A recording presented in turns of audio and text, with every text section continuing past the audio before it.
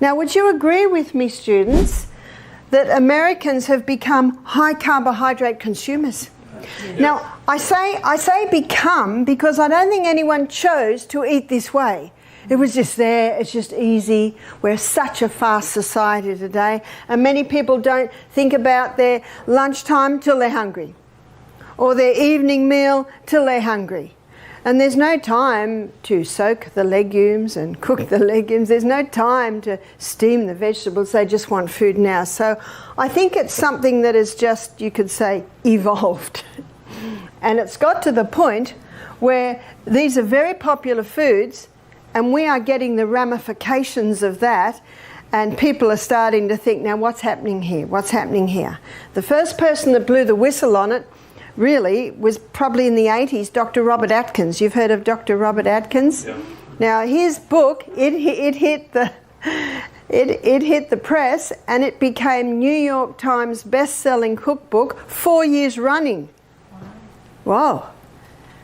The nutritionists and the doctors hated him. Someone loved him. Who loved him? The people. You know why they loved him? It worked. His story is fascinating. He's a GP in his 40s, putting on a bit of weight, and of course that's what this will do. Let me show you why it does it. We'll just take a little, we're going to finish Atkins in a minute, but let me show you. You see, he knew his science, that's why, and the science I'm about to show you. All of these foods break down in the gastrointestinal tract to a singular structure called glucose. Now the glucose goes on the M1 main highway, portal vein, straight to the project manager. And then the project manager determines where this glucose goes. And it'll take it inside the cell. Remember I promised you we'll be going to the CBD every day? So the glucose goes inside the cell. It goes through a 20-step pathway.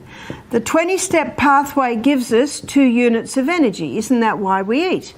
Now the end result of that 20-step pathway is a chemical form of glucose called pyruvate. Pyruvate is the chemical form of glucose that gets fed into the next section of the cell, often called the powerhouse, because this little 8-step pathway delivers to us a whopping 36 units of energy. So the question now arises, why does a 20-step pathway only give us 2 units, and why does an 8-step pathway give us 36 units of energy?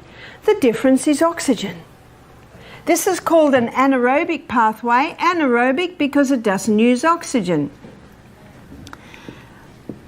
It produces energy by the process of fermentation. That's where a cancer cell lives. Remember what we looked at yesterday? Doesn't like oxygen, consumes 15 times the rate of glucose because it's running up there.